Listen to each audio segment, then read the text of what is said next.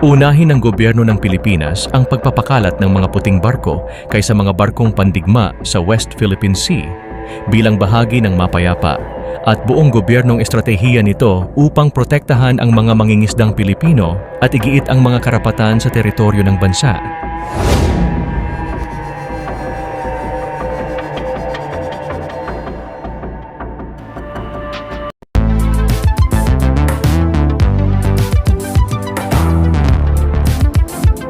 Huwag kalimutang i-like at i-share ang video na ito at mag-subscribe ka na din sa aking channel para updated ka sa mga bagong videos.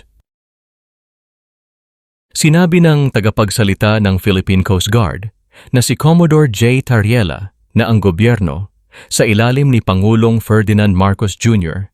ay magpapatuloy ng isang mapayapang paraan sa gitna ng pagtaas ng aktibidad ng militar ng China sa lugar. Kung ang China ba nagdi-deploy na ng warship, is it about time for us to deploy warship, right? I'll go back to the statement of President Bongbong Marcos. No? He has mentioned this a lot of times in different forms. Ang sabi niya, the Philippine government, we are peace-loving nation. We are not instigators of war. No?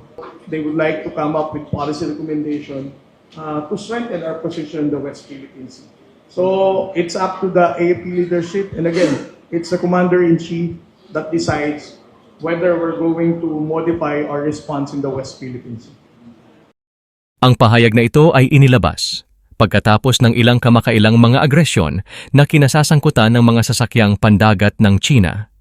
Noong November 30, hinaras ng mga PLA Navy helicopter ang mga mangingisdang Pilipino na nag-udyok sa pag-deploy ng BRP Teresa Magbanua at BRP Cape Engaño.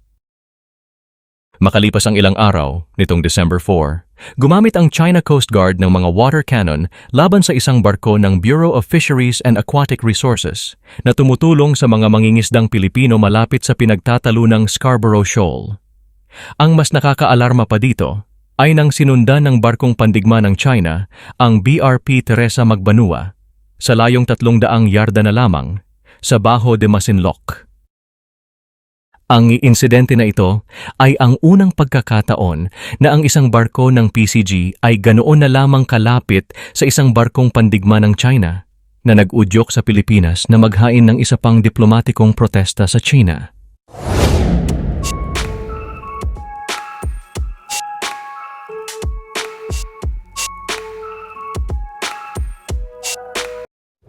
Salamat sa panunood mga kamiks. Ako ay mag-iiwan sa inyo ng katagang alamin natin ngayon, wag nang ipagpabukas. Kung ayaw mong batukan kita.